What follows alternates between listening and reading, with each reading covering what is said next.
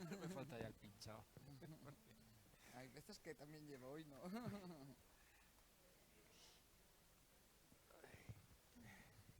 Yo voy a empezar, ¿te parece? El Pues si tiempo, quieres la llamo. el tiempo no lo tenemos, ¿no? Bien, pues Para hágala, empezar. pero empiezo. Nah, yo Muchísimas creo que va a gracias. ser más de discusión que otra cosa, ¿eh? No, Buenos yo he días, traído pocas imágenes. buenos días.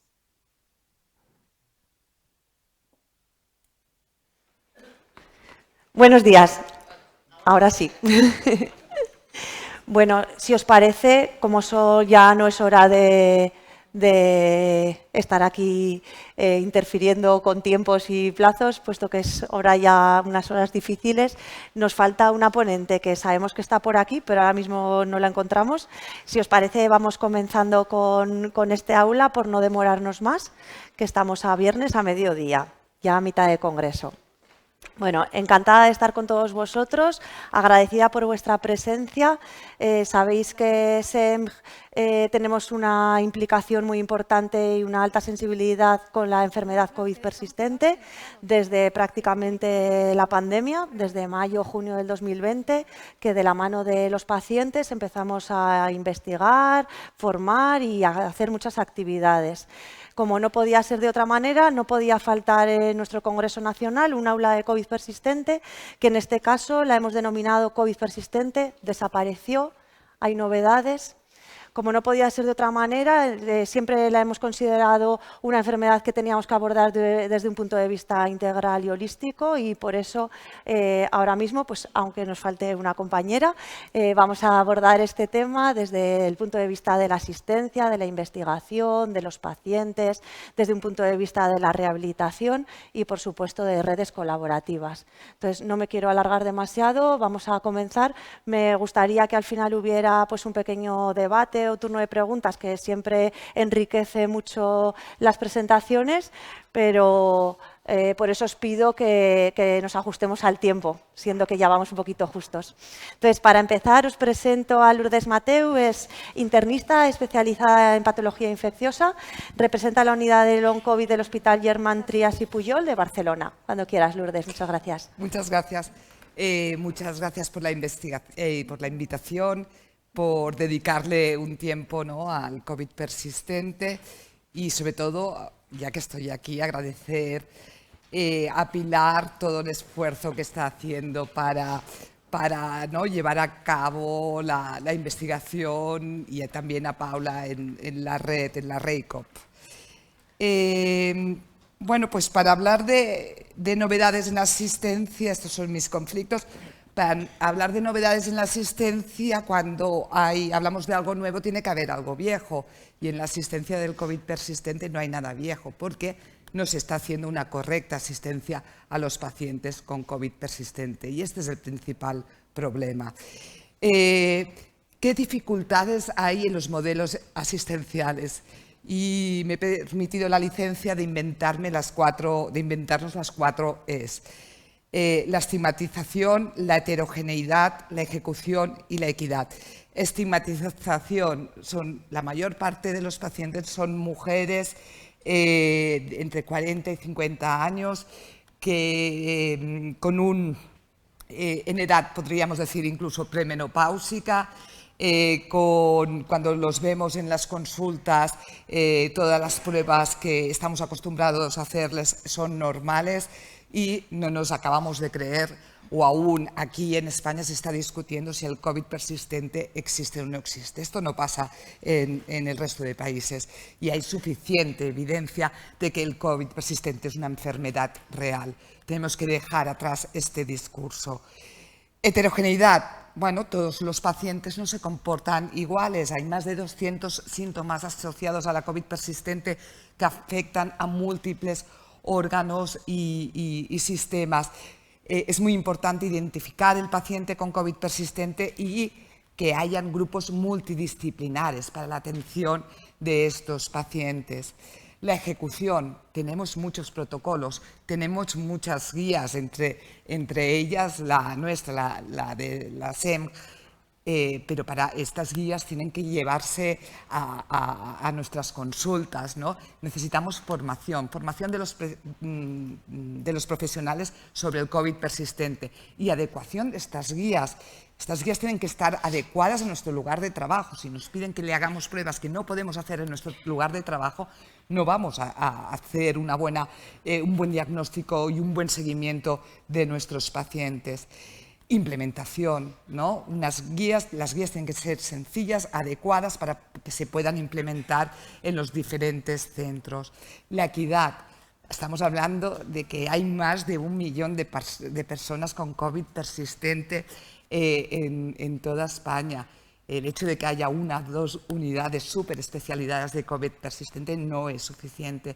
COVID persistente se tiene que llevar, el protagonista principal es el médico de atención primaria, porque es el que ve a este paciente, el que identifica y el que tiene que diagnosticar este paciente y el que tiene que seguir este paciente. Y aprovechando, hablo un poquito de nuestra unidad. Nosotros empezamos a ver los pacientes en mayo del 2020 y al principio era una sola consulta, ¿no? Era una sola consulta con una persona y poco, ¿no? Cuando empezamos a recibir muchos mensajes de los pacientes vimos que era un problema real, ¿no? Y enseguida incorporamos a la dietista y la psicóloga porque nosotros venimos de la tradición del VIH y en el VIH ya tenemos una unidad multidisciplinar, ¿no? Y enseguida se acoplaron, poco a poco se acopló los cardiólogos, porque yo me he dedicado siempre a las endocarditis y los tengo convencidos y entonces los convencí rápidamente de que había enfermedad cardiológica en los pacientes con COVID persistente, la rehabilitadora, los reumatólogos, los neumólogos, los neurólogos, el psiquiatra, y los ginecólogos. Y esto fue poco a poco, viendo las necesidades del paciente. Importante escuchar al paciente para saber lo que le está pasando y qué es lo que necesita, ¿no? Yo creo que una de las veces donde hemos trabajado los pacientes y los profesionales conjuntamente, ¿no? Para ver las necesidades tanto de asistencia como de investigación. Y no es suficiente. Y ya a finales del 2021 trabajamos con atención primaria, trabajamos conjuntamente para hacer el programa territorial a la atención al COVID persistente.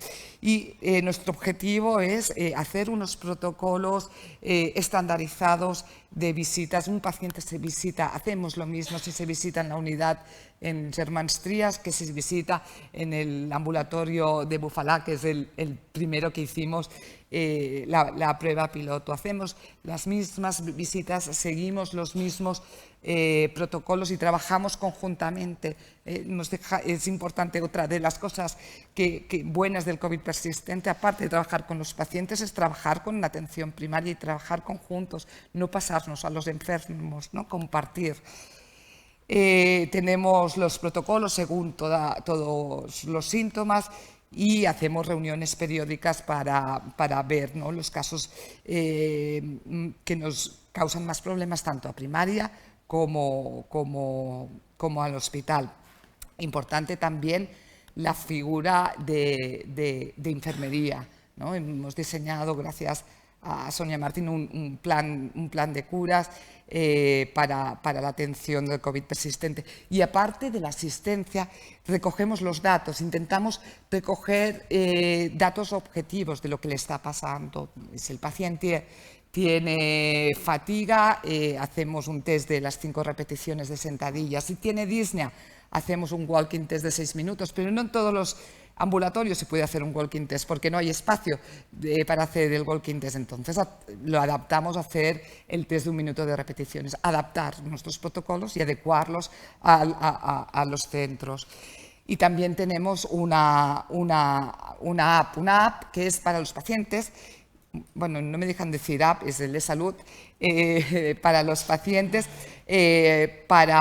donde tienen un diario de síntomas. Los pacientes van apuntando cuando tienen síntomas. Tenemos un cuestionario, nosotros que le llamamos el cuestionario de Canruti, que lo hacemos tanto en el hospital como en primaria y lo van rellenando antes de la visita y cuando el paciente tiene Dice, hoy voy a apuntar que tengo fiebre, y apunta que tiene fiebre con unas alarmas, ¿no?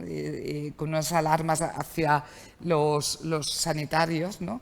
Que nos gustaría que la interacción fuese mayor, pero también necesitamos recursos para que esta interacción sea mayor, y además estos cuestionarios se trasladan a nuestro programa informático del hospital y en breve el programa informático de primaria.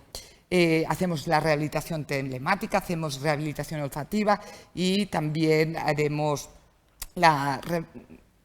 un poquito de rehabilitación neurocognitiva.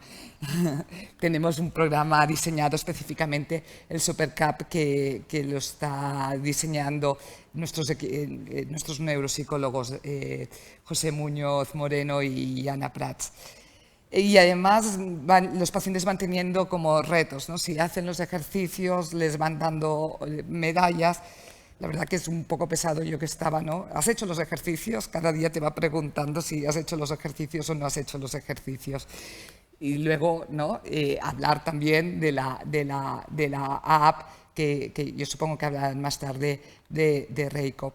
Y aquí les presento la curva, ¿no? de difusión de la innovación de Rogers, ¿no? Nosotros estamos al inicio, ¿no? Cuando nadie nos cree, ¿no? Somos los early adopters, ¿no? Que nadie nos cree de que esto existe y de que esta manera de visitar, este modelo asistencial es suficiente. Bueno, ¿no? Necesitamos hacer ver, ¿no? que hay una ventaja, ¿no? de este nuevo modelo, que es compatible, que es sencillo, ¿no? que se puede reproducir y que los resultados son observables.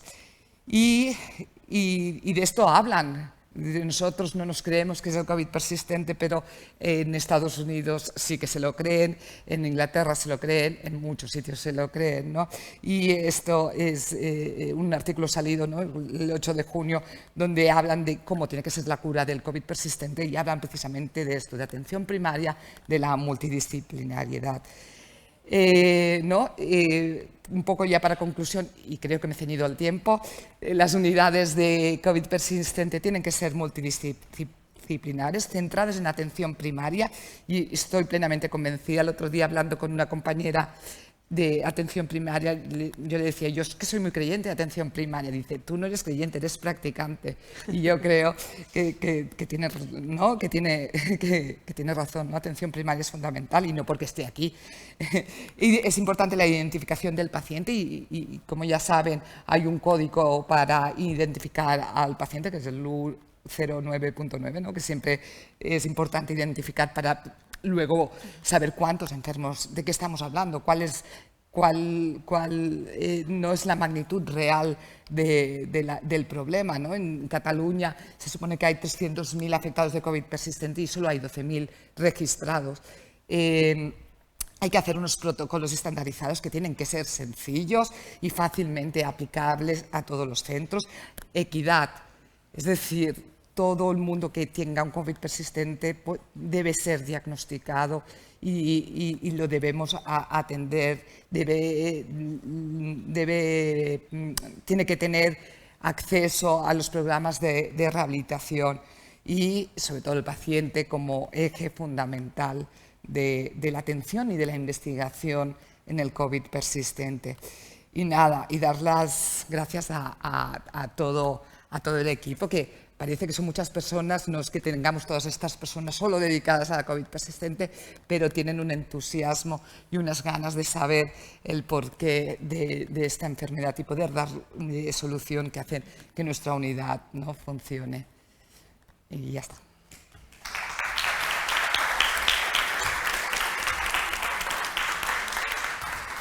Muchísimas gracias, Lourdes, por tu presentación, por tu gran implicación desde el principio, porque hay que reconocer que un servicio está implicado si hay personas implicadas dentro del servicio, como es tu caso.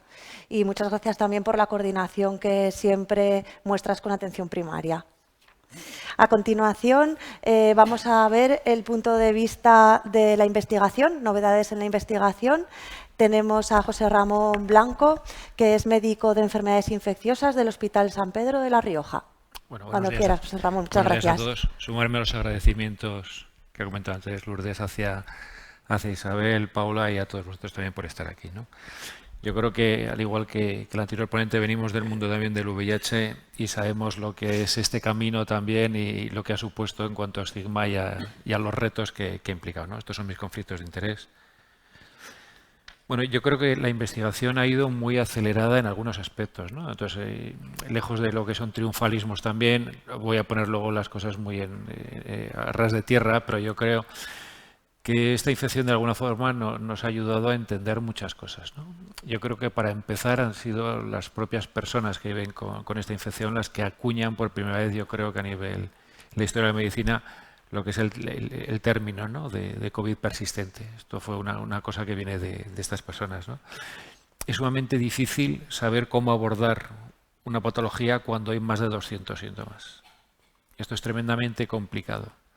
Esto ha hecho que en algunas ocasiones haya que haber recurrido a lo que es la nueva ingeniería en investigación, en Machine Learning, y cuando utilizan bases de datos, pues agrupan en tres grandes complejos, ¿no? Los cardíacos con los renales, pulmonar a nivel también de patología de sueño, que muchas veces puede ir implicada, y también el neurológico con la fuerza muscular, ¿no? Pero esto aún así no es suficiente y esto es un problema, ¿no? Esto es un estudio muy reciente, se publica en mayo.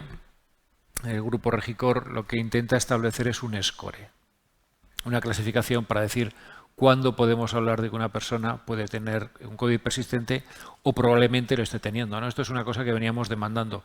No es la solución ideal porque probablemente venga acompañada por algún biomarcador, que esto es algo que se echa en falta, pero sí que por lo menos puede ser una aproximación importante a la hora de establecer intervenciones o cuestiones, ¿no? Ellos lo que evalúan de prácticamente más de 90 síntomas, llegan a identificar estos como principales y ya veis que el punto de corte lo establecen en 12, con lo cual esto yo creo que también de alguna forma es importante a la hora de poder ir trabajando y avanzando, ¿no? Respecto a lo que es la fisiopatología, pues gracias a los diferentes estudios de corte sabemos de qué forma se está manifestando esta infección, este síndrome, que inicialmente todo el mundo estaba como muy identificado que era una patología respiratoria, cuando es un síndrome multisistémico, multiorgánico y que afecta a todo lo que podamos llegar a pensar, ¿no? Con lo cual yo creo que esto es importante y es un avance importante, ¿no? El otro tema es que cuando nos encontramos a un reto de un proceso, un síndrome con múltiples posibles causas, que probablemente muchas de ellas puedan estar coincidiendo, pues esto nos complica mucho a la hora de saber cuál es el origen y cómo manejarlo, ¿no? El tema de la persistencia del virus, de un reservorio, siempre está ahí presente, pero también está el hecho de lo que puede suceder en la inflamación sistémica, este sistema inmune que se queda un poco más deteriorado y que puede facilitar la reactivación del virus. Se habla mucho de la microbiota a nivel intestinal y esto se sabe también, todas las conexiones que tiene el eje a nivel cerebral, aparato digestivo, en las dos direcciones. También el viroma es importante, cómo afecta también al sistema circulatorio, la respuesta inmune, al sistema neurológico. Probablemente estemos viendo diferentes formas de manifestarse una misma enfermedad en los pacientes dependiendo de la susceptibilidad de cada uno de ellos, ¿no? Y esto es un estudio también que, aunque no habla de COVID persistente, pero sí que señala la importancia de la genética en cómo se pueden manifestar estas enfermedades en muchas de estas personas. Y esto probablemente también sea algo sumamente importante, ¿no? Respecto a lo que es el manejo, pues el manejo es muy importante también, ¿no? Bienvenidos sean algunos estudios en los que han introducido, pues, por ejemplo, el tema del Pasbolid, aunque son estudios retrospectivos, qué implicación tiene a largo plazo. Nos hemos quedado siempre mucho en lo que sucede a corto plazo. Si evitamos hospitalizaciones o evitamos en los 30 días siguientes que ocurre, ¿no? En este estudio, con las definiciones que ellos utilizaban antes, que eran definiciones muy laxas, pues sí que veían el beneficio, sobre todo con la detección de este fármaco, cuando se utilizaba en la fase aguda, con lo cual esto es de destacar, ¿no? Esto es otro estudio que es italiano, en lo que ya veis que prácticamente pues, el uso de un antiviral o de anticuerpos monoclonales pues también proporcionaba algún beneficio frente a lo que era este COVID a largo plazo, ¿no? En el momento actual, estos son datos de hace prácticamente una semana, pues casi 500 estudios están puestos en marcha en relación con lo que es el COVID persistente en long COVID. Algunos de ellos, pues ya veis, este es un estudio también muy reciente, lo que señala diferentes fármacos antivirales, fármacos para protección cardíaca, anticoagulantes, el tema de los antiinflamatorios siempre está muy presente, el tema de agentes respiratorios y luego algunos fármacos, pues en ocasiones hemos oído hablar de la metformina, de algunos otros IRSS que parece que pueden estar por ahí o que juegan algún papel, ¿no? Imprescindible el tema de lo que se está haciendo en algunos estudios. Yo creo que el estar coordinado y colaborando es fundamental y esto es algo que se echa a veces en falta, ¿no? Sobre todo también en estos estudios la necesidad de este esfuerzo coordinado de disponer de unos biomarcadores que sirvan para diagnóstico, pero también para saber cuál esté siendo la respuesta al tratamiento. Y en esta búsqueda de biomarcadores se están haciendo grandes esfuerzos, pero lógicamente cuando veis tal cantidad de biomarcadores, esto de alguna forma es más una confusión y es un bosque mucho más complejo y probablemente haya que llegar a simplificar y saber algo que sea mucho más sencillo, ¿no? Se están buscando no solo a nivel de inflamación, también había del perfil lipídico. Los lípidos juegan un papel muy importante también en todo el tema del virus y también esto es un aspecto muy importante, ¿no? Y un aspecto que no hay que dejar de olvidar, lo que ha supuesto esta infección es el trabajo de colaboración. Las personas que viven, investigadores, médicos de hospital, de atención primaria, enfermería, trabajadores sociales y buen ejemplo lo que recoge la red con más de 60 casi grupos de investigación y de sociedades científicas, ¿no? Necesidades. Pues Lourdes antes lo comentaba también, ¿no? Se habla mucho, en Estados Unidos han hecho diferentes foros, en Europa, en el Parlamento Europeo se han recogido foros. Pues es necesario saber cuál es el impacto del sexo, por qué las mujeres se ven más afectadas, probablemente hay un tema hormonal o tema de cualquier otra circunstancia que sabemos también que influye mucho en el VIH y en otras infecciones víricas, el tema de la edad, el estatus socioeconómico, pero también la necesidad de factores predictivos. La fisiopatología es sumamente importante, la genética, las terapias, el estigma.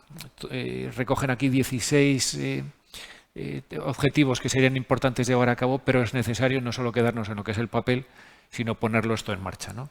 Y en ese sentido es imprescindible seguir investigando. Y yo creo que un aspecto clave es conocer bien el virus. Yo creo que este es un tema, han pasado 40 años desde la infección por VIH, se sigue conociendo cosas de la fisiopatología de este virus y yo creo que es muy importante conocerlo, porque nos estamos centrando mucho en el virus, pero también se está viendo que el virus está provocando daños no solo en nuestro ADN, sino también en la capacidad de recuperar el ADN, con lo cual de por medio hay algunas implicaciones que son importantes y en esta secuencia de esta inflamación crónica a largo plazo, ¿no? Esto es un modelo animal muy reciente que lo que no están infectando a los ratones con el virus, lo están infectando con una proteína, la proteína S. Y ven que la misma proteína S tienen efectos negativos también en la salud, sobre todo a nivel cardiovascular, con lo cual no estamos hablando ya de que un efecto sea solo por el virus, sino que también hay partículas del virus que pueden tener sus implicaciones, ¿no? Esto luego se ha corroborado, ¿no? El tema de la vacunación es sumamente importante, ¿eh? Aquí hay algunos datos que sí que nos sugieren el papel beneficioso de la vacunación en personas con COVID prolongado, pero hay otras personas en las que, lejos de este beneficio que hubiéramos esperado, encontramos justo lo contrario, ¿no? Son estudios que no tienen un diseño para este fin, con lo cual eso es una limitación, ¿no? Necesidad de ensayos clínicos y también el tipo de vacuna, con lo cual este es un campo también necesario en lo que es la investigación, ¿no? Y el otro gran campo es el de la población infantil. Yo creo que nos estamos centrando mucho en la población adultos. El tema de la población infantil es sumamente importante. Esto es un estudio muy reciente en lo que ya veis que prácticamente 18 meses después, pues el 20% de los niños todavía que han pasado COVID presentan alguna sintomatología que hoy he presentado y que en estos casos, a diferencia de lo que puede suceder en los adultos, el tema de la vacunación no tiene un efecto de cobertura tan sumamente importante como esto, ¿no? Con lo cual, yo creo que esta era la última presentación. Decir que tenemos todo un mundo por delante para seguir investigando, lo que hay que seguir aunando esfuerzos y que sobre todo buscar recursos en investigación. La administración yo creo que aquí juega un papel muy importante y nosotros hemos podido llevar a cabo también estudios pues gracias a lo que es la generosidad de la gente y campañas de donaciones, ¿no? Y esto es todo. Pues muchas gracias.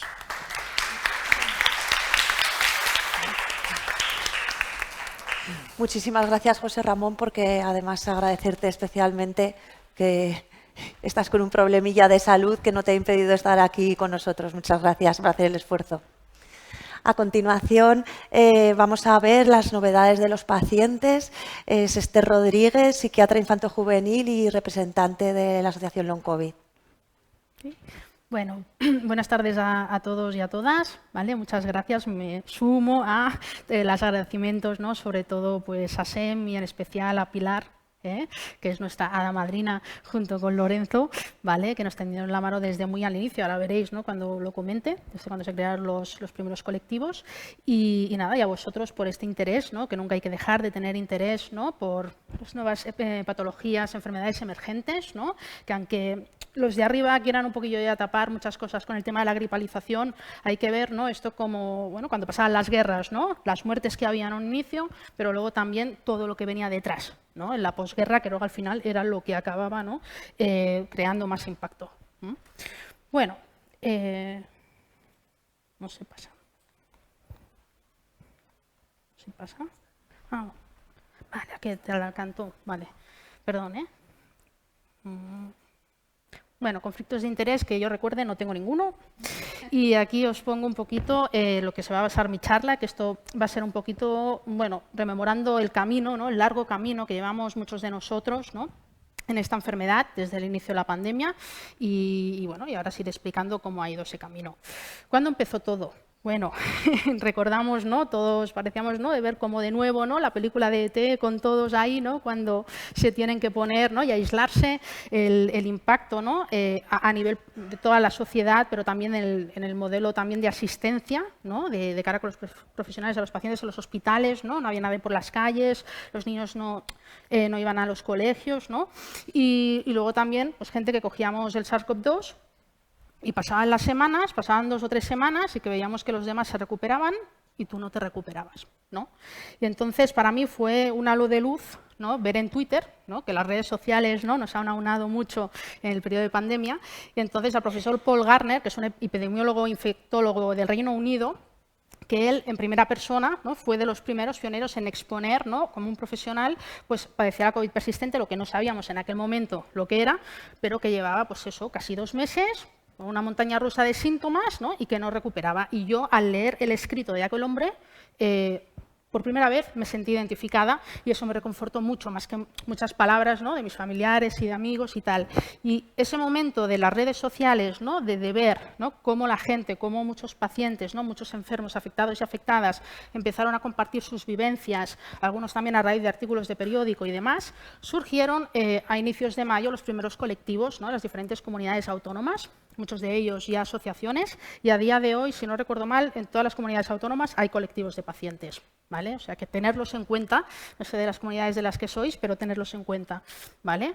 Entonces, también por mediados de mayo, cositas así, muy poco de los, bueno, cuando se generaron los primeros colectivos, se hizo como una alianza entre diferentes comunidades autónomas, ¿no? Para intentar trabajar entre pacientes, ¿no? De ver las necesidades que teníamos y de intentar así, sobre todo un grupo de pacientes expertos más de perfil sociosanitario, de intentar contactar con los profesionales, ¿no? De que veíamos de que no nos atendían, si íbamos a urgencias íbamos poco porque los hospitales estaban como estaban, ¿no? Y entonces queríamos contactar.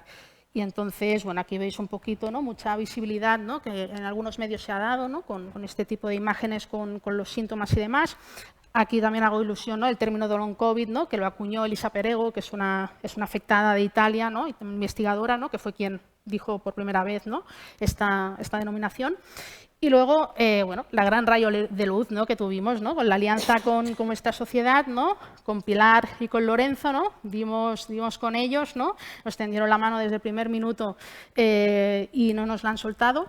Entonces ya fue también muy al inicio, como veis, de la creación de los colectivos y de la alianza a nivel estatal, ¿no? Aquí hay algunos de los proyectos que muchos de ellos los habréis visto en la web de SEM, ¿no? Que un poco intentábamos un poquito definir pues, qué necesidades teníamos, ¿no? Acorde también pues, de las pruebas básicas que veíamos que eran necesarias hacerlas, ¿no? Pues el registro de síntomas que íbamos haciendo, ¿no? Y ahí se echa por tierra el primer mito de que la COVID persistente no es una enfermedad respiratoria, como era la fase aguda, ¿no? Empezamos a poner el foco en el que hay mucha más afectación a nivel sistémica de varios órganos, o sea, qué órgano no toca, ¿no? Y luego también cómo era ese tipo de afectación, ¿no? En fluctuación, en brotes, ¿no? Había muchos pacientes que veíamos, no, es que llevo unos días bien o yo nunca estoy bien, y ahí, según qué momentos, pues me encuentro peor, ¿no? Entonces, de ver, ¿no? En la multidiversidad también en cada uno de los casos, ¿no? También hicimos una primera encuesta para definir más el perfil del paciente, ¿no? Hasta del verano de 2020 hasta octubre de 2020, y ahí es cuando definimos, ¿no?, el perfil que era más gente joven, ¿no?, de 40 a 50 años, mujeres, tal. ¿Eso que implica? ¿No? La necesidad de abordar la perspectiva de género en esta enfermedad, aunque se debería hacer en general en todas las enfermedades, ¿vale? Y del tema del gran impacto, ¿no?, de que muchos somos gente joven en edad laboralmente activa, ¿no?, y luego lo que implica el rol de género de que somos principales cuidadoras, ¿no?, en los domicilios, ¿no?, en casa. Entonces, bueno, todo eso es hacer reflexión. Y bueno, con todas estas cositas, pues culminó con el tema de la primera guía de la Long COVID, ¿no?, que esto fue por mayo del 2021, que ahí fue sobre todo con el tesón de Pilar y Lorenzo, ¿no?, y se consiguió sacar. Y luego todo eso ha conllevado, pues desde que el pasado mes de septiembre pues se fundó RACOP, ¿no?, y lo más bonito de todo es que se consiguió pues venir a muchos más especialistas, sociedades científicas, no solo del ámbito de la medicina, ¿no?, en el que ahí se pone evidencia, ¿no?, la necesidad del abordaje integral multi-interdisciplinar del paciente, ¿no?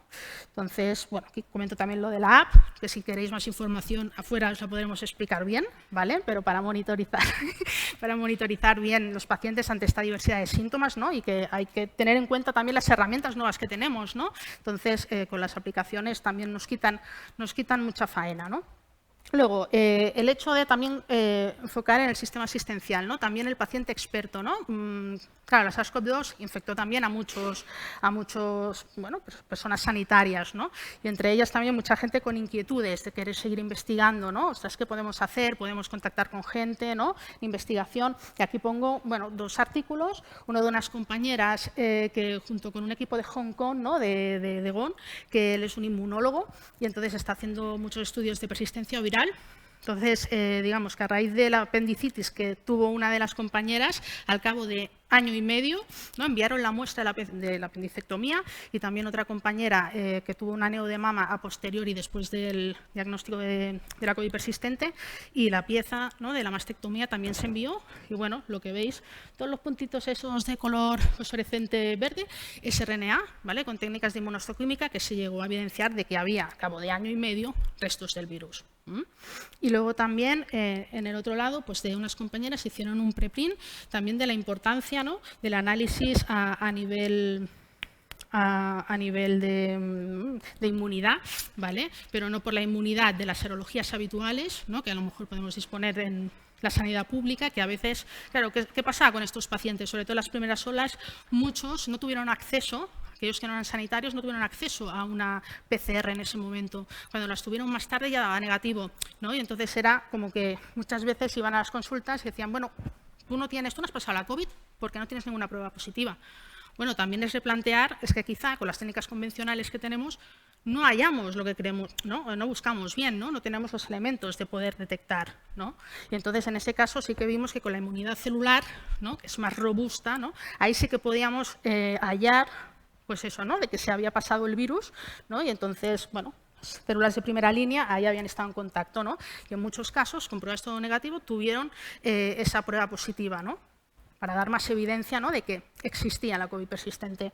Siendo con el paciente experto, también más a nivel internacional, tenemos Hannah Davis, ¿no?, que es, ella también es una investigadora, ¿no?, de Estados Unidos, y aquí este es un paper, bueno, un artículo de Nature desde inicios de este año que está muy bien porque hace como una recopilación de lo que se ha ido haciendo hasta ahora, de la afectación multiorgánica, multisistémica, y a su vez también de las posibles etopatogenias, ¿no?, que decíamos de la persistencia viral, una desregulación del sistema inmune, la microbiota, la disbiosis, ¿no?, siempre importante conectar eje cerebro, ¿no?, que para algunas patologías lo tenemos más presente, ¿no?, pero para esta tenerla en cuenta también, la disregulación de la inmunidad, la disregulación del sistema nervioso autónomo, la teoría del nervio vago, y también los microclots. O sea, es una enfermedad sistémica, no es una enfermedad respiratoria ni localizada en un solo órgano. Entonces, por marzo de 2021, al cabo más o menos de un año, cuando empezó todo, las necesidades, ¿no?, que teníamos los pacientes en ese momento, ¿no?, no teníamos aún ni definición, ahí por consenso, porque llegó la de la OMS para octubre de ese mismo año. Es decir, ostras, todavía no sabemos, los médicos no saben que esto existe, no tenemos una denominación a nivel global, parece que nos está investigando, no hay interés, ¿qué hacemos, no? Primero de todo, necesidad de invertir en investigación para tratamientos. Hasta ese entonces, y hasta ahora también, solamente tratamiento sintomático, ¿no? Y entonces eso también es muy frustrante, ¿no?, para los propios pacientes como también para los investigadores, ¿no? Ello, ¿no? Entonces, necesidad de invertir más para saber realmente qué es lo que pasa. Registro Nacional de Casos. Es importante saber cuántos somos, porque aparte de que hay mucho infradiagnóstico, también negacionismo y demás, ¿no? Es el tema de que si no nos contamos, después en la Administración va a ser muy difícil poder conseguir cosas. Por eso que es necesario el Registro Nacional de Casos. Efectos de las vacunas. En aquel momento se empezaban a vacunar más a pacientes sanitarios y demás. La gran mayoría nos quedábamos por el estilo. Algunos empeoraban, pocos mejoraban o no se sostenían en el tiempo, o sea, faltaba en aquel momento hacer más estudios. Lo que ha comentado antes José Ramón, el tema de los biomarcadores, ¿no? Estaría muy bien poder tener marcadores de enfermedad tanto para establecer el diagnóstico, pero sobre todo el pronóstico y la respuesta al tratamiento para que sea más personalizada para cada paciente, porque lo que está claro, una enfermedad afectación tan global, ¿no? Y tan diferente, tan variante, pues necesita que sea personalizada, ¿no? Lo que decíamos de las pruebas también de laboratorio, ¿no? Poder tener en cuenta, decir, ostras, si en muchas no encontramos nada, pues tendremos que fomentar de que se puedan hacer algún tipo de pruebas como la inmunidad celular en aquellos que no hacen anticuerpos, ¿no? Porque claro, se toca la inmunidad humoral. Bueno, pues vamos a buscar la otra, ¿no? Intentar también ser flexibles a ello, ¿no? Para poder monitorizarlos de alguna manera. Después, la formación. Siempre hay que abogar por la información, la formación ante toda patología, y más ante toda patología nueva, ¿no? De especialistas, de médicos evaluadores, de LINS, incluso empezar, pues ya en los alumnos de grado, ¿no? De diferentes universidades, ¿no? Después, la asistencia que sea equitativa, multidisciplinar, el acceso a la rehabilitación que sea universal. Hay muchos casos que han empezado a hacer rehabilitación al cabo de 2 años o 3, que obviamente tiempo es tiempo y en cuanto antes se haga una intervención en rehabilitación, mejor será luego la evolución, ¿no? Pues eso hay que garantizarlo.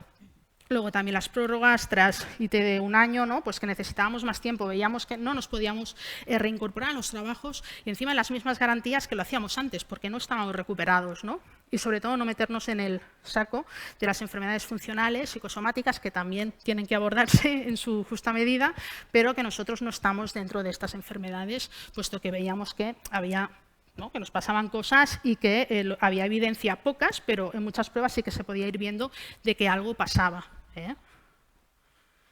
Entonces, la discapacidad invisible, no para quien lo sufre en primera persona, pero sí desde fuera, ¿no? Cuando a veces dices un enfermo con cáncer, ¿no? Que a lo mejor le han operado, le han hecho tal tratamiento, se le cae el pelo, ¿no? Estas cosas son mucho más visibles dentro de la afectación del paciente, pero en nuestros casos es como que no se ve, ¿no? Pero sí que hay una afectación, sobre todo a nivel del sistema nervioso, concretamente el sistema nervioso autónomo, una disautonomía, que esto también en cuanto a este tipo de formación poco se conoce y poco se da durante la formación de grado, ¿vale? Y que sepáis que bueno, es un amplio paraguas, ¿no? En el que hay mucha sintomatología muy incapacitante, ¿no? de muchas cosas que no somos conscientes en nuestro día a día porque nuestro propio organismo es como una computadora que lo tiene bien regulado. Pero a nosotros nos ha entrado el virus en el ordenador y claro, se nos desajusta todo, hasta la tensión, hasta la frecuencia cardíaca, ¿no? No podemos estar de pie mucho tiempo, ¿no? Y una serie de cosas que nos crean mucha discapacidad en el día a día. Entonces, a día de hoy, junio de 2023, después de 3 años, ¿no? Después de 2 años y algo desde las primeras vacunas, como veis hay muchas cosas que seguimos necesitando y seguimos reclamando, ¿no? Pero que está claro que hay que apostar por la investigación bien hecha, en ensayos clínicos, ¿vale? Para conseguir tratamientos que realmente nos puedan curar o al menos estabilizar para poder llegar a funcionar, ¿no? A tener una vida digna, ¿no? Entre ellos pues, los antivirales, inmunomoduladores, ¿no? Combinaciones entre ambos o otros que estén por llegar, ¿no? Luego, también muy importante, ¿no? La necesidad de estudiar también los efectos de las vacunas, ¿no? También hay muchos casos que previamente no tenían sintomatología, se vacunan y hay sintomatología. ¿Qué es lo que pasa? ¿Realmente pasaron la infección siendo asintomáticos o no? ¿Qué es lo que pasa, ¿no? Esto también es importante tenerlo en cuenta, así como qué perfiles pueden tener mejoría la COVID persistente si se vacunan con un tipo de vacuna u otro, ¿no? O sea, ahí está también por estudiar la importancia de la perspectiva de género, ¿no? Porque somos más mujeres y a su vez, ¿no? Esas alteraciones cuando a veces nos ponemos mal en relación a nivel hormonal con el ciclo menstrual empeoramos y tal, ¿no? Hay patrones, ¿no? Muy comunes, eso también hay que abordarlo. El no dejar nadie atrás, ¿vale? Tanto cualquier edad puede uno desarrollar la COVID persistente, ¿vale? Los niños, los adolescentes, aunque vayan mejorando más rápido quizá que el adulto, pero también tienen una discapacidad en su día a día muy bestia. Y después la gente mayor también, aunque tenga antecedentes de otras enfermedades, hay que a veces también poner el foco, no achacar, no, es que esto es, no, que ya lo tenía antes, no, y el paciente te dice, no, lo tenía antes, pero yo no estoy igual, ¿no? Pues escucharle. ¿Qué más? Y luego, los casos más graves. Hay a veces casos que no nos llegan a la consulta y si no están muy mal, que pueden acudir a urgencias, hay también que tenerlos en cuenta e irlos a buscar, en base a lo que dice la familia, ¿no? Y aquellos, sobre todo, 1 de cada 2 pacientes con COVID persistente desarrolla también un cuadro de encefalitis miálgica, ¿vale? Que es muy incapacitante, ¿vale? Lo que se llama fatiga crónica, ¿no? Y en este caso son pacientes que acaban estando encamados, tienen también mucha hipersensibilidad a los estímulos y lo que para ellos supone el salir de casa, que les dé el sol o que vayan a una consulta y sala de espera, ruidos y demás, les mata, literalmente. Entonces hay que favorecer otros estilos de asistencia también para estos pacientes. ¿Qué más? Seguir con esta asistencia integral, ¿no? Del eje en el paciente, incluir a los pacientes en la toma de decisiones y también en el tema de los ensayos clínicos, ¿no? El tema de la investigación, tenerlos en cuenta, ¿vale? La creación de las unidades multidisciplinares que hemos dicho, también consenso en lo que es la manera de llamar COVID persistente, long COVID, ¿no? A nivel internacional, esto estaría muy bien aunarlo. Seguir con la formación, el acceso a la rehabilitación, mayor flexibilidad también en la administración, en el INS, de cara a la flexibilidad en las prórrogas, ¿no? Quizá es que el sistema también tiene que cambiar, no hay que ser pues, tan rígidos de 18 meses y te vas a trabajar, ¿no? Ha habido muchos casos de despidos. Y las adaptaciones a los puestos de trabajo, que muchos de nosotros queremos retomar vida normal y trabajar, pero en unas condiciones diferentes, puesto que no estamos como antes, ¿no? Intentar adecuarnos. Y luego lo del registro nacional, que es que desde finales de enero de 2022 tenemos este código y en muy pocos casos los ponen, ya sea al menos en nuestro historial, ya lo de las bajas, que te pongan ya este código es lo más, ¿no? Pero hay que intentar, ¿no? Lo que se tiene, poner y no poner pues una artralgia, no, artralgia ¿en qué sentido, no? No veamos al paciente como partes, sino como un todo, lo que decíamos del abordaje integral. Estos son colectivos a nivel internacional para que veáis que hay muchos, ¿no? Desde el Body Politic, ¿no? Más de la Hannah Davis a nivel de Estados Unidos, desde la Prege, bien de los franceses, también en Reino Unido también tienen el Long COVID Kids, ¿no? Ahí empoderan las familias y ya te digo, está crecido muchísimo. Entonces, todo esto nuestro peregrinaje, ¿no? De la montaña rusa, con loopings incluidos, ¿no?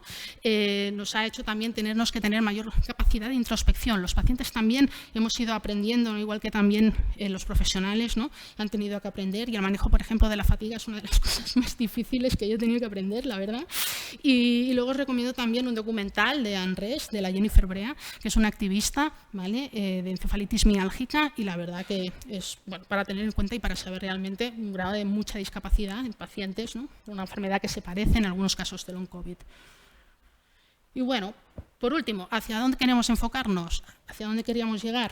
Pues bueno, a tener salud, ¿no? Que no solo es ausencia de enfermedad, tener un equilibrio, a poder seguir pues, el eje, ¿no? El paciente como algo proactivo, motor de cambio, ¿no? También de incluirse, ¿no? En el tema, ¿no? De la toma de decisiones, pero también en proyectos de investigación, en reconocer la enfermedad también como enfermedad profesional, que muchos no la tenemos, ¿vale? Y bueno, en adecuar también en las administraciones, ¿no?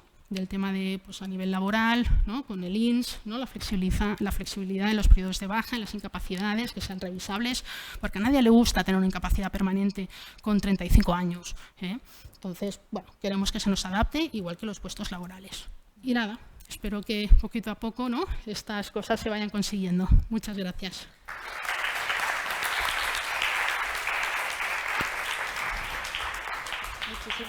Muchísimas gracias, Esther. Muchísimas gracias por estar ahí desde el principio, porque los pacientes habéis sido fundamentales para nosotros. Vuestra inquietud y probablemente vuestras ganas de mejorar y de curar, pues nos han llenado a nosotros de ilusión y para seguir adelante. Y ahí estamos. Gracias. Gracias, Esther. A continuación vamos a ver el punto de vista del tratamiento, un tratamiento muy específico como es la rehabilitación cognitiva, de la mano de María Ángeles Atienza Maldonado, que es psicóloga y directora de Cognitiva Granada. Cuando quieras, María Ángeles, muchas gracias. Gracias. Bueno, yo también me sumo, por supuesto, al agradecimiento tanto a SEM como a RECOS por darnos la oportunidad de estar hoy también aquí en este congreso. Bueno, pues mi parte voy a intentar explicarle de una manera muy resumida también, por el tiempo que tenemos, cómo estamos interviniendo desde hace un tiempo, desde 2021, con pacientes COVID persistentes que nos están llegando a nuestros centros. ¿Cómo se pasa la diapositiva? Aquí, vale. Bueno, en primer lugar, Cognitiva Unidad de Memoria somos una red de centros sociosanitarios destinados a prevención y tratamiento de los problemas de memoria en personas adultas. Hasta hace unos años, pues solamente veíamos, bueno, en carácter preventivo, como les digo, pero también deterioro cognitivo y demencia hasta un estado moderado. Desde 2021 empezamos a recibir, como tantos otros, pues casos muy parecidos al inicio a una... se parecen mucho al inicio de una demencia, ¿no? Empiezan con este tipo de sintomatología y empezaron a llegarnos esta serie de personas a nuestros centros. Nosotros trabajamos desde la estimulación cognitiva y la rehabilitación cognitiva. Con estimulación cognitiva, que es básicamente lo que hacemos con personas mayores con demencia, bueno, pues se trabaja sobre las capacidades que están preservadas para potenciarlas y mantenerlas cuanto más tiempo mejor y de esta manera retrasar el avance de los problemas de memoria, ¿no? Claro, nuestro objetivo con personas mayores es este, ¿no?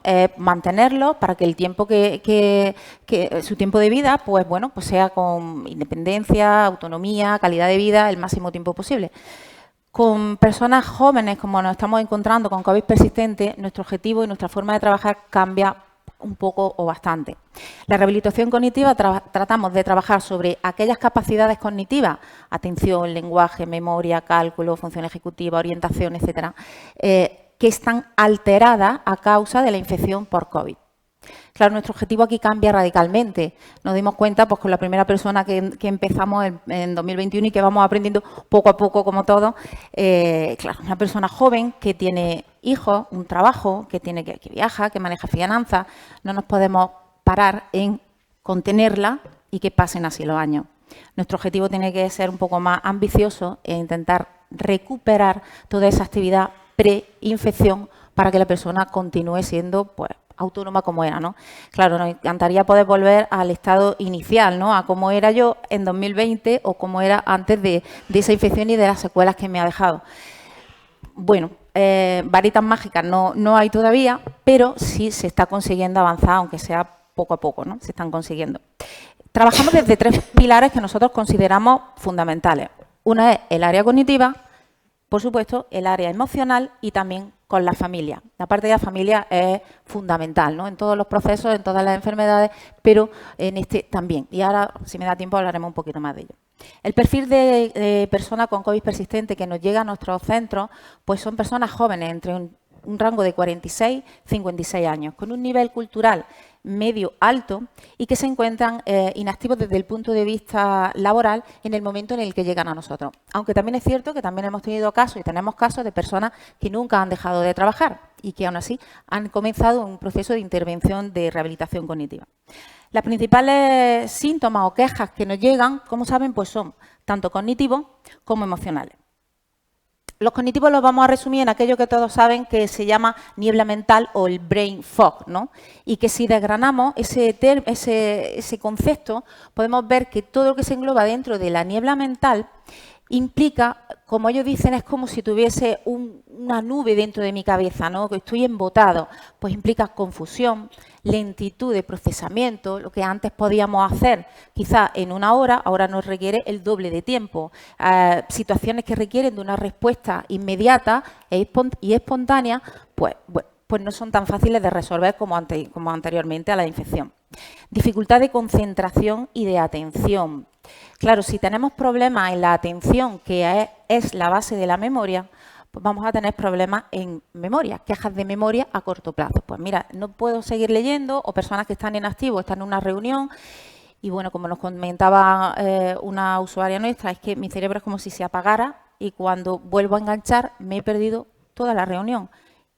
Con el malestar y la ansiedad que puede crear si uno está en un entorno laboral, que como han dicho también algunos compañeros, y así es, normalmente y a día de hoy pues es bastante rígido, ¿no? Y cuando uno se incorpora al trabajo, pero tiene toda esta sintomatología y sabe que no está quizás ni al 50% de sus posibilidades, pues el ponerse constantemente en esa dificultad, en esas vicisitudes y ser examinado constantemente, pues también crea una serie de malestar a nivel emocional. Dificultad para producir el lenguaje, esto que decimos de tener las palabras en la punta de la lengua o querer expresarnos y que no nos salga la palabra. Estamos hablando de personas que tienen un nivel cultural medio o alto, que tienen una riqueza lingüística pues bastante amplia. ¿Qué pasa? Que muchas veces, bueno, pues tienen esa capacidad, ese recurso de, cuando no me sale la palabra que yo quiero decir, pues pueden echar mano de un sinónimo o dar otra explicación. Otras personas pues se obcecan en querer producir esa palabra porque saben que ellos saben lo que quieren decir, pero no les sale. Y esto, bueno, pues también una vez más vuelve a producir malestar, ¿no?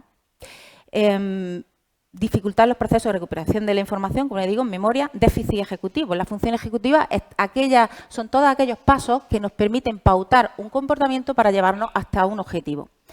Aquí ocurre un problema que es pues diario, ¿no? Tan sencillo como lo más básico, a la hora de, no sé, de lavarme los dientes, pues sabemos perfectamente, sin tener que pensarlo, pues cómo tenemos que abrir el bote de la pasta, extenderla, tal, y quizás estamos pensando en lo que vamos a hacer después, estamos hablando por teléfono, manteniendo otra conversación, no estamos prestándole atención a esa actividad tan simple y tan cotidiana.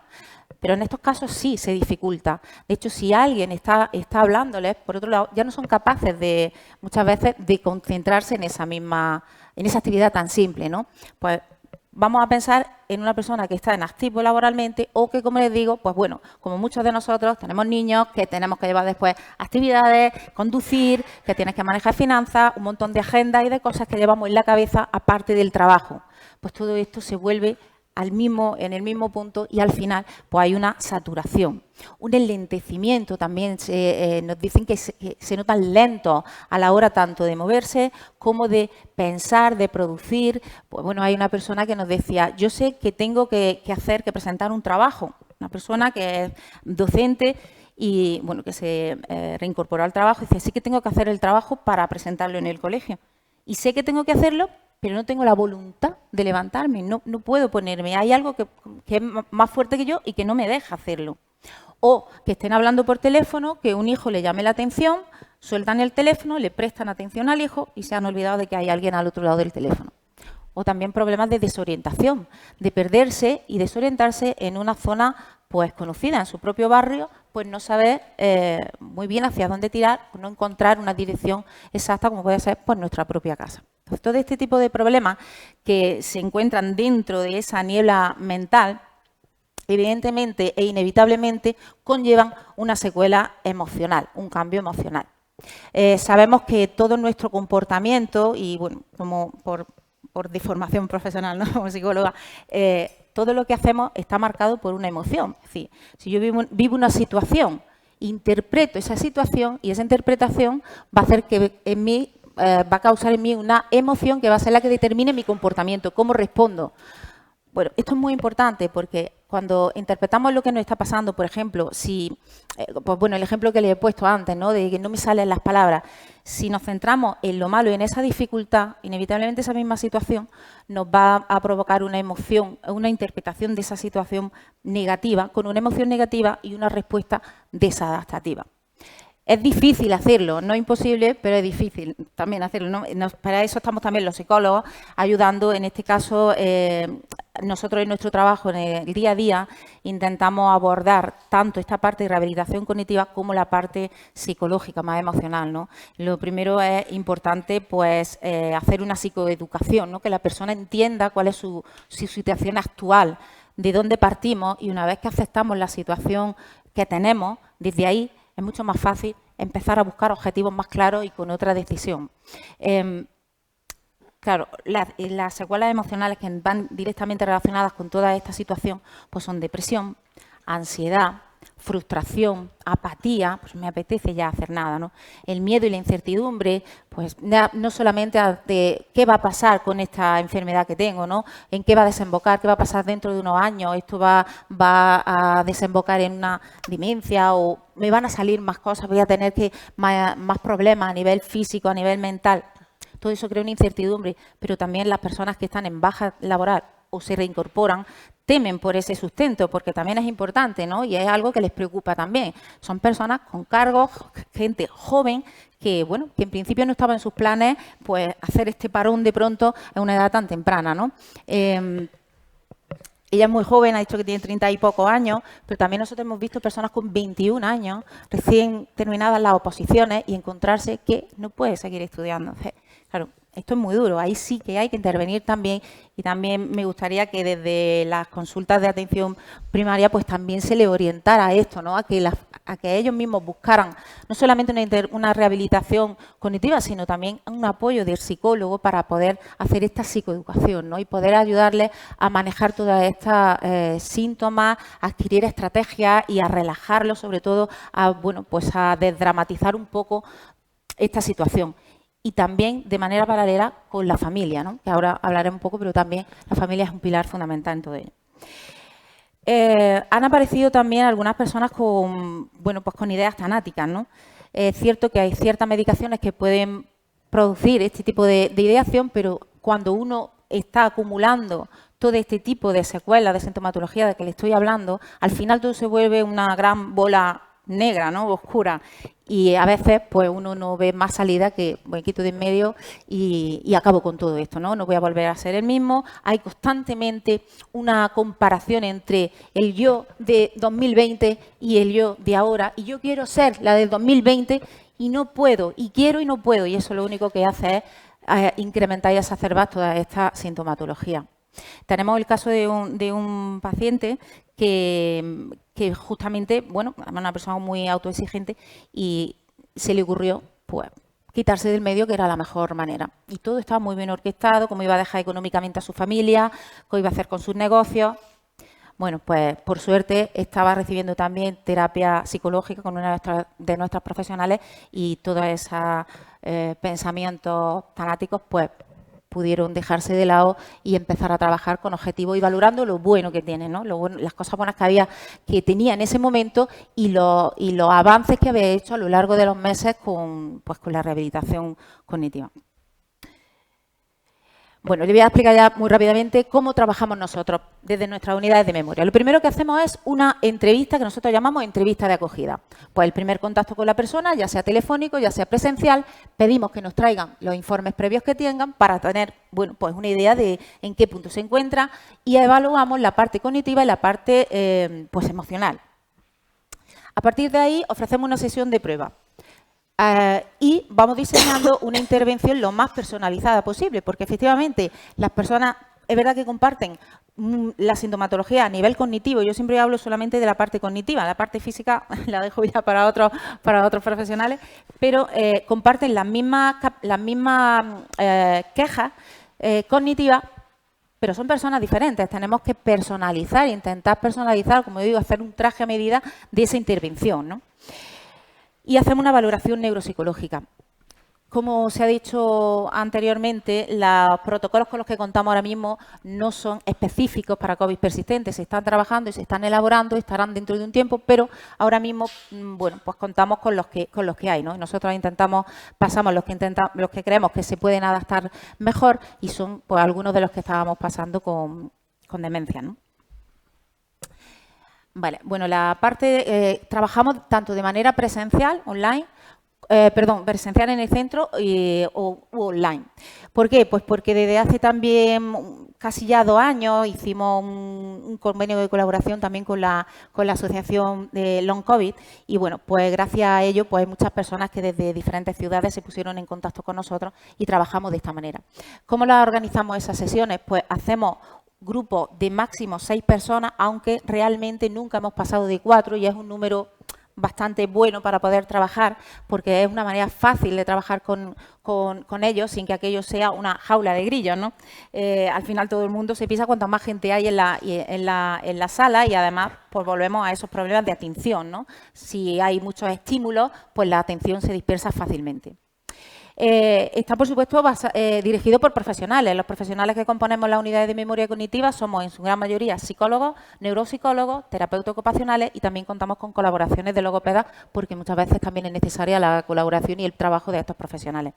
Hacemos las valoraciones neuropsicológicas, como les digo, y utilizamos el programa de estimulación cognitiva que se llama Mementia, que es una plataforma propia de cognitiva. Y damos la posibilidad de que también las personas puedan trabajar desde ahí, desde casa, en los ratitos que ellas quieran. Para terminar, he traído 3 gráficas que hemos considerado que pueden ser muy representativas, ¿no?, de 3 casos diferentes. En este caso es de una mujer de 56 años con estudios superiores que se contagió en marzo de 2020, recién comenzada la pandemia, cuando todavía no sabíamos mucho de qué era lo que estaba pasando, ¿no? Ella empezó a trabajar en 2021 con nosotros y ahí pueden ver en amarillo la gráfica del 2021, en azul en verde la de 2022 y en azul la del 2023. Bueno, pues efectivamente, ninguno de los casos que voy a presentarles requirieron hospitalización, todos lo pasaron de una manera casi sin darse cuenta y al cabo de un tiempo empezaron a mostrar todo este tipo de síntomas. En ese momento estaba en baja laboral y, esta persona sí tengo que decir que se ha reinfectado en varias ocasiones, de ahí que veamos que en muchos puntos se superponen las gráficas, pero lo bueno es que nunca baja, es decir, de la gráfica en amarillo, que es la de 2021 al 2022, pueden ver que hay un repunte en algunas de las capacidades, pero después se ha reinfectado como 3 o 4 veces, de hecho la última fue hace muy poco y ven que la última valoración fue de marzo de este mismo año. Luego tenemos otro de otra señora de 65 años con estudios superiores que se contagió también en marzo, que tuvo una sintomatología muy suave y ella nunca dejó de trabajar. Y además esta persona tiene un cargo público en la ciudad de Granada, por lo tanto pues tenía también una presión añadida y ella notaba que aunque los síntomas eran muy leves y a lo mejor no visibles por lo que le he contado antes, por por ese nivel, por esa reserva, por esa gran reserva que tienen, pero sí notaba que cuando tenía que elaborar a lo mejor un discurso para dar en público, organizar algún tipo de actividad, pues claro, si antes lo podía hacer en 1 hora, pues ahora invertía 2 horas, el doble del tiempo y le costaba muchísimo trabajo y cansancio el elaborar un discurso y tal. ¿Qué ha pasado? Bueno, pues con ella lo que vemos es que se mantiene, que sí que hubo al principio un repuntillo, ya nos acabó, y luego se mantiene. Y la última, ya acabó. La última es quizá la más significativa, también de una persona muy preparada con unos estudios superiores y un gran grado de autoexigencia en todos los niveles y que aquí sí que podemos ver que a lo largo de este año, desde el 2022 al 2023, ha habido un repunte bastante importante y en todas las capacidades, tanto en fluidez verbal como en memoria verbal.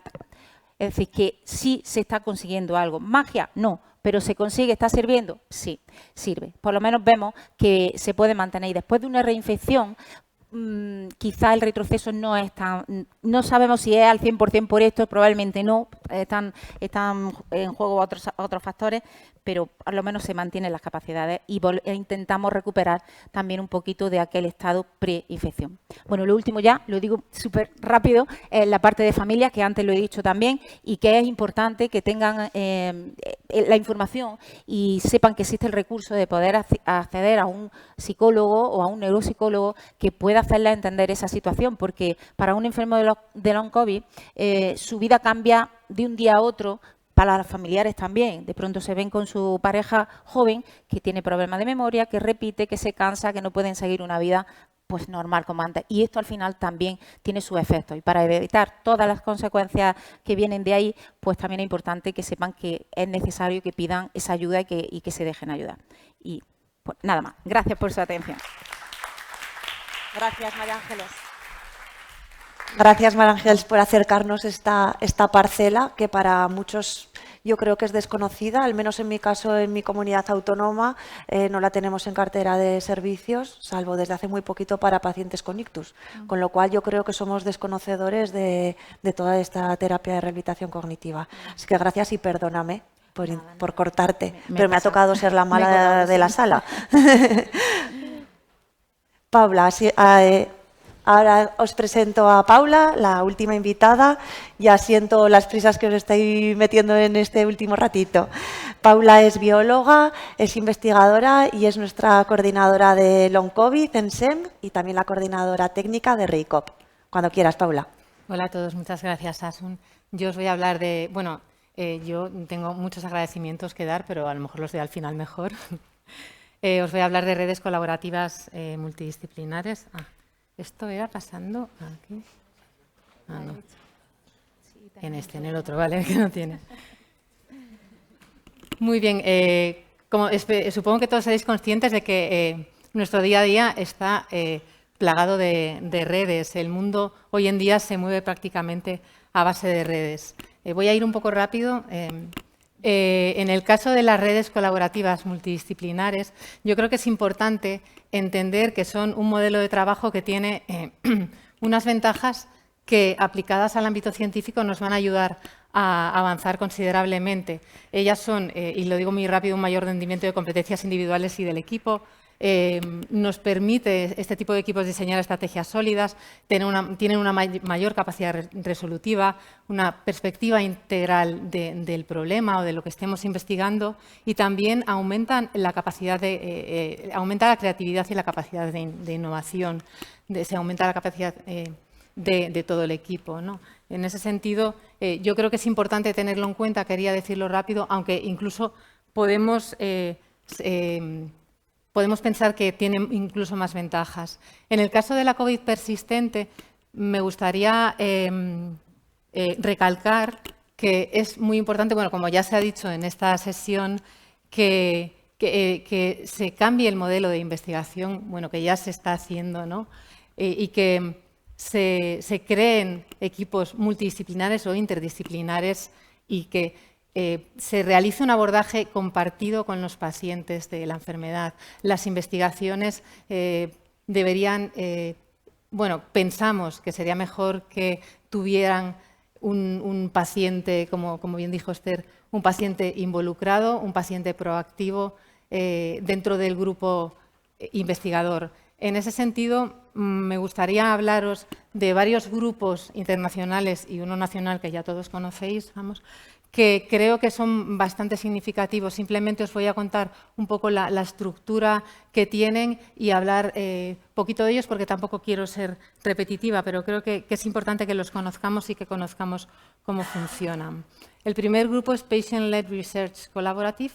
Este grupo está formado por investigadores afectados por COVID persistente de muchas disciplinas, tanto del ámbito científico como del ámbito social. Ellos todos son expertos investigadores. Su estructura está liderada por un equipo directivo formado por 5 mujeres enfermas, cuya cabeza visible es Hannah Davis, que muchos de vosotros ya conocéis, habló Esther antes de un estudio de ellos, y después tienen una serie de donantes, algunos de ellos también son investigadores expertos y luego algunos anónimos. Ellos pretenden facilitar una investigación participativa dirigida por el paciente y abogan por una política que permita el acceso a una asistencia y vida dignas a estos afectados por esta enfermedad, ¿no?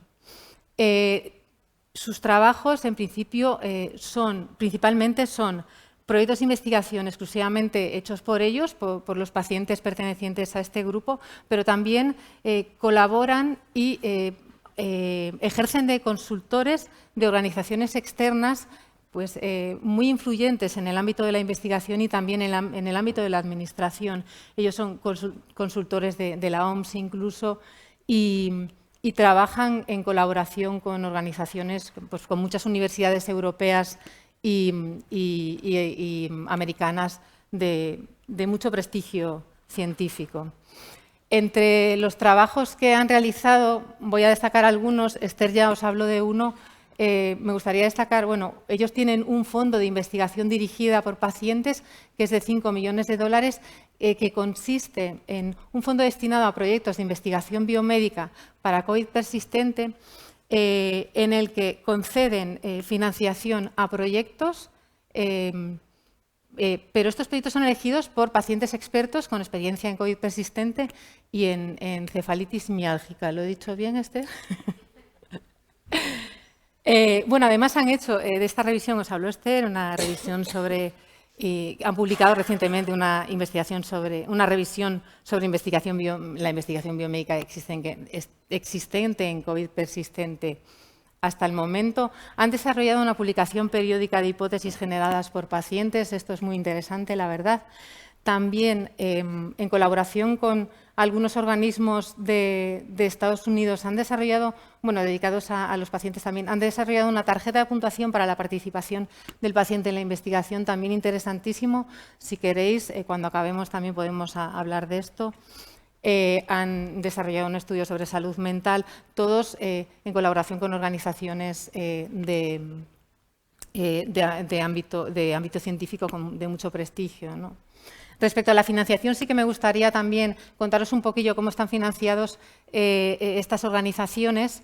Ellos han recibido $100.000 de algunas instituciones para dedicarlos exclusivamente a proyectos de investigación que realizan en colaboración y con otras organizaciones, ¿no?, como la Universidad de Yale u otras, y también para ejercer de consultores como investigadores expacientes en estudios de COVID persistente.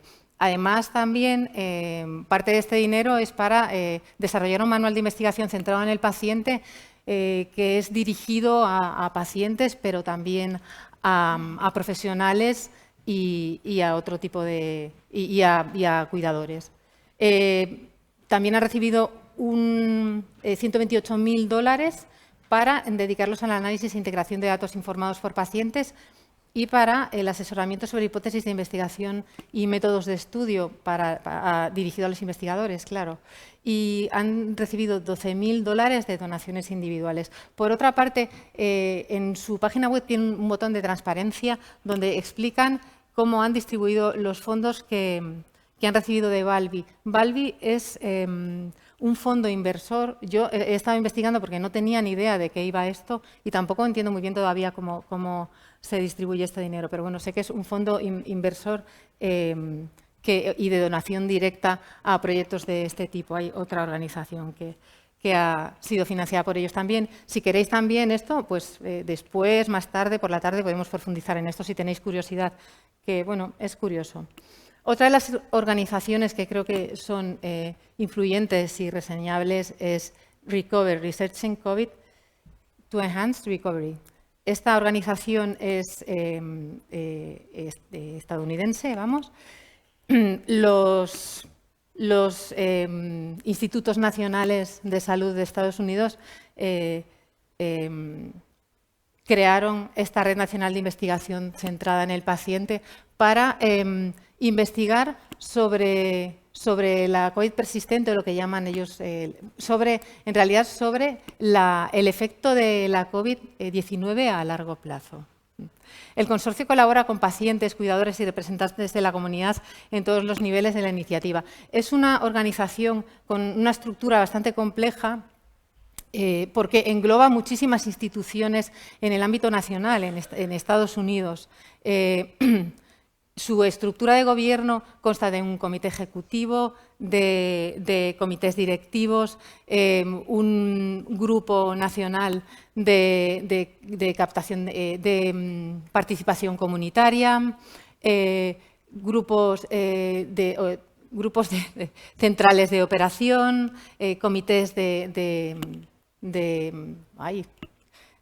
¿cómo se llama? De supervisión, perdón, y grupos de estudios de patobiología.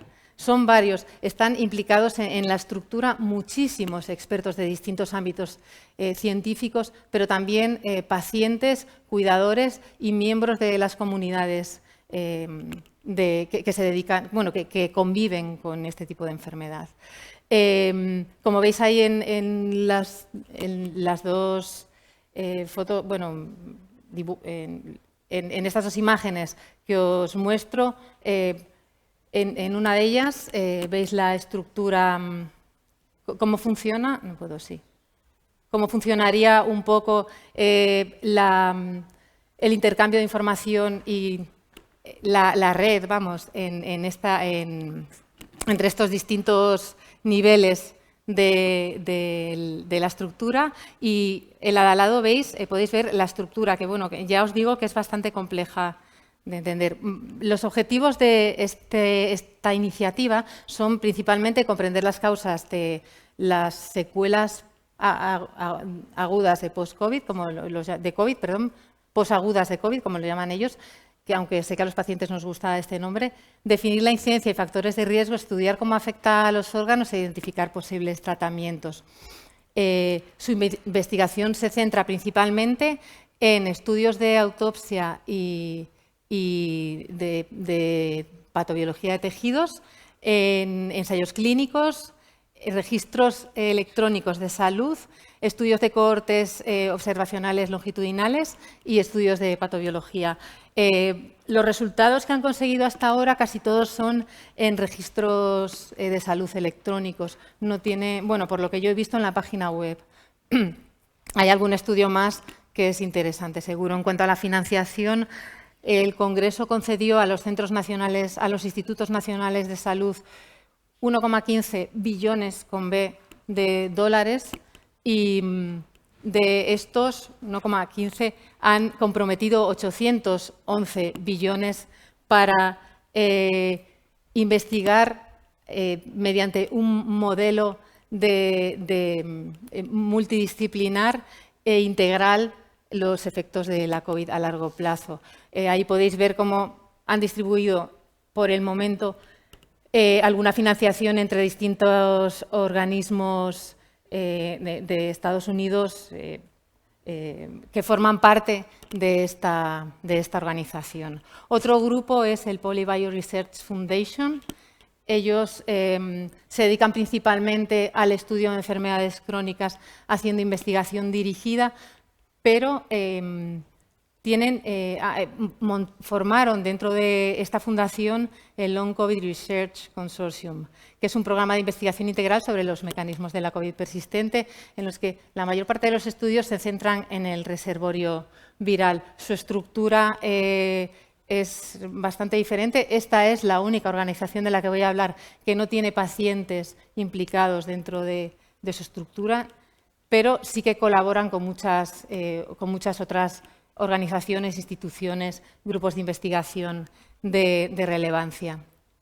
En su estructura están dos fundadores, que veis ahí, Amy Proul y Michael, y no me acuerdo cómo se llama, Bansell, bueno, este nombre. Él es neuroinmunólogo y Amy Proul es microbióloga. Tienen, bueno, un currículum espectacular, como comprenderéis. Ellos actúan como de coordinadores, llevan la coordinación y la dirección del grupo, y luego tienen un consejero senior, un consejo científico asesor que está formado por expertos también de distintas disciplinas del ámbito científico, y un consejo de administración. Su investigación se centra principalmente en identificar la causa y origen de la enfermedad inflamatoria, y realizan estudios de tejidos, nervios, líquidos cefalorraquídeos y autopsias. Tienen bastantes proyectos de investigación en marcha, algunos de ellos ya con resultados, pero sobre todo los dedicados a COVID persistente se centran en el estudio de la persistencia viral, desarrollo de fármacos y en los microclots. En cuanto a la financiación, no he encontrado mucha información, no tienen tan clara en la página web, pero sí que sé que recibieron 15 millones de dólares para este proyecto, el Long COVID Research Consortium, de Valvi también, de este fondo de inversión. Otra organización es Long COVID SOS. Esta es una organización benéfica de Reino Unido, sonará también a algunos, formada por enfermos de COVID persistente que son voluntarios. Casi toda la organización la forman enfermos. Su estructura consta de una cofundadora, que es Ondine Sherwood, y una serie de voluntarios que son pacientes de distintas disciplinas, pero muchos de ellos no tienen nada que ver con el ámbito científico. Tienen una sponsor, que es la actriz Emma Sams, no sé si os acordáis de los Colby Dinastía, pues ella era protagonista y está enferma también ahora. Un consejo de administración y un grupo de expertos asesores. Bueno, también tienen una mascota que me pareció bastante curioso. Este grupo surgió de una campaña que hubo en Reino Unido promovida por los pacientes, que se llamaba Long COVID SOS y que pretendía presionar de alguna forma a los gobiernos para que reconocieran las necesidades de los pacientes y también pues, crear conciencia social, ¿no? Los objetivos principales de esta organización son reconocer las necesidades de los enfermos COVID persistente, promover la investigación en COVID persistente, formar a los profesionales, asegurarse de que los profesionales están preparados para tratar esta enfermedad adecuadamente, abogar por el desarrollo de clínicas multidisciplinares y estudiar las implicaciones socioeconómicas, sobre todo en el ámbito de la salud laboral. En cuanto a los proyectos de investigación, creo que, José Ramón, mencionaste alguno de ellos. Ellos tienen algunos estudios que han hecho dentro de la organización, pero son estudios así pequeñitos, alguno de vacunas y tal. Y luego sí que tienen colaboraciones con instituciones pues del tipo de la University College of London, el Servicio Nacional de Salud, el NHS, Servicio Nacional de Salud, el Imperial College of London o la Universidad de Birmingham para estudioterapias. Tienen un estudio de inmunología, tienen un estudio clínico, o sea, están trabajando con organizaciones también de bastante influencia científica. Y ahí veis los socios que tienen, y entre ellos está el NICE y el NHS, que es importante, y otras organizaciones de las que ya habló Esther. Por tanto, en Reino Unido están trabajando en red también, entre redes, por decirlo así. Y finalmente, pues no podía dejar de hablar de nuestra REICOV, ¿no? Como ya os contó Esther, REICOV surge de la alianza entre SEM y Long COVID Act y realmente es la organización más retoña, más jovencilla de todas estas, ¿no? Nos constituimos como asociación científica el 8 de septiembre del año pasado y todos conocéis, creo que... Vale, acabo ya, sí. Nuestro órgano de gobierno es como el de cualquier asociación, con un comité ejecutivo y una asamblea formada por los socios, pero siempre con los colectivos de pacientes en el centro, participando activamente en ella. Aquí veis la imagen que tenéis también abajo en el stand de las 65 organizaciones científicas y profesionales y los 8 colectivos de pacientes con todas las divisiones de ACS que forman parte de nuestra red. Y bueno, todos conocéis nuestras líneas de trabajo, ya sabéis que estamos a punto de sacar intentaremos sacarla pronto, la nueva versión de la guía clínica. Hemos desarrollado una herramienta para poner en práctica todo el contenido de la guía clínica en la consulta y para ayudar al diagnóstico y al seguimiento a los profesionales. Hemos desarrollado 2 programas de formación y estamos trabajando en más. Para uno, que es un curso de verano en la Universidad Complutense de Madrid, y otro, un diploma de experto con la Editorial Médica Panamericana acreditado por la Universidad Europea. Y tenemos varios proyectos de investigación en marcha, el registro clínico para identificar factores de riesgo genéticos y clínicos y para determinar perfiles de pacientes, una escala de valoración integral. Y la financiación de REICOV, bueno, la estamos buscando todavía. Estamos en ello. Como sabéis, hemos presentado un proyecto a la convocatoria ex del Instituto de Salud Carlos III y también estamos buscando otras vías de financiación.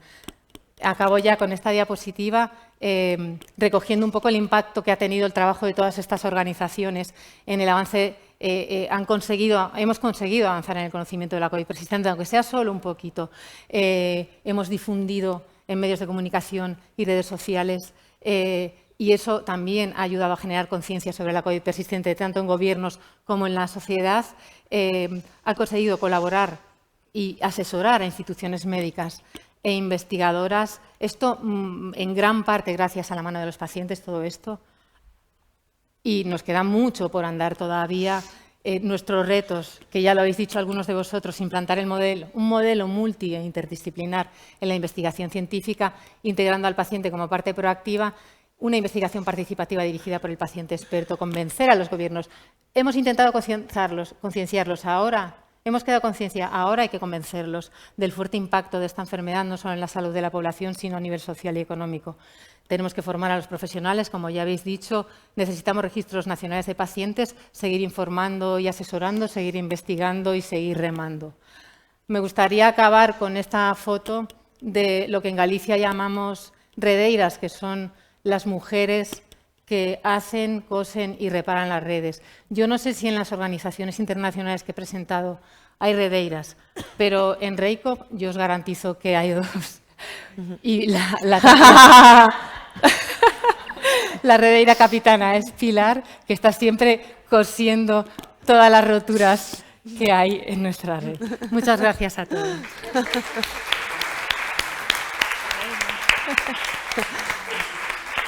Muchas gracias, Paula, por el esfuerzo que has hecho de investigación para traernos todas estas redes internacionales y, por supuesto, por todo el trabajo que estás haciendo para coordinar REICOP. Muchas gracias.